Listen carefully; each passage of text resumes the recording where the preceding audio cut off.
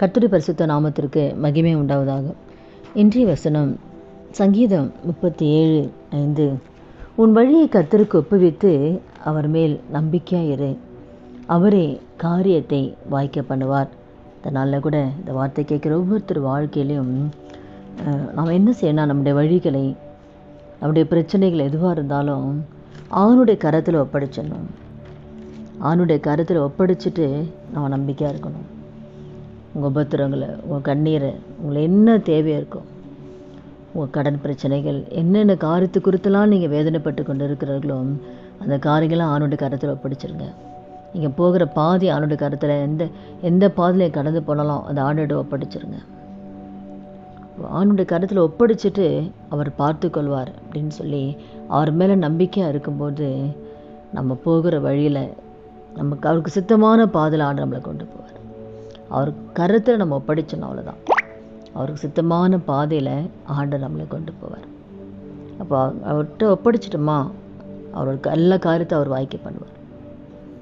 அதனால் மனுஷன் மீது நம்பிக்கை வைக்கக்கூடாது. எந்த சொல்லுமே நம்ம நம்பிக்கை யார் மேலே இருக்கணுமோ ஆண்டு மேலே மாத்திரம் தான் இருக்கணும். எல்லாத்தையும் ஆண்டுகிட்ட ஒப்படைச்சிட்டோம், அவர் பார்த்துக்கொள்வார், அவர் அற்புதத்தை செய்வார்னு சொல்லி அவர் மேலே மாத்திரம் நம்ம நம்பிக்கையாக இருக்கணும்.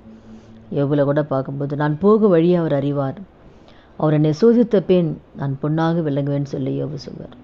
அப்போ சோதனையின் மத்தியில், பாடுகள் மத்தியில் போகும்பொழுது கூட நான் எந்த பாதையில் போனேன் அவருக்கு தெரியும். அப்போ அவர் போகிற வழியை ஆண்டுகிட்ட ஒப்படைச்சிட்டார்.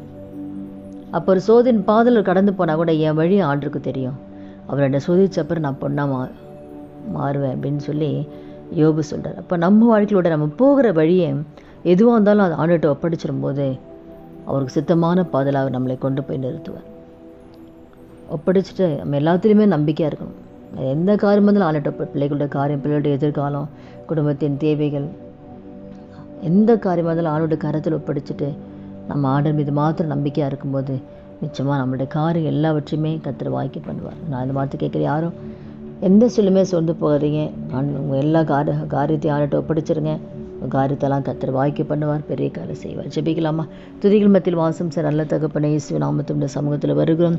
இந்த வார்த்தை கேட்குற ஒவ்வொருத்தர் வாழ்க்கையில் ஆண்டவரே அப்பா எல்லாவற்றிலுமே உன் மீது நம்பிக்கையாக இருக்கும். காரியங்களாம் கர்த்தர் வாய்க்க பண்ணும்படி நம்முடைய கரத்தில் ஒப்பு கொடுக்குறப்பா, நம்முடைய கரத்தில் ஒப்பு கொடுக்குறோம். இயேசு நாமத்து பிதாவே, ஆமீன். கர்த்தர் நாமத்துக்கு மகிமை உண்டாவதாக.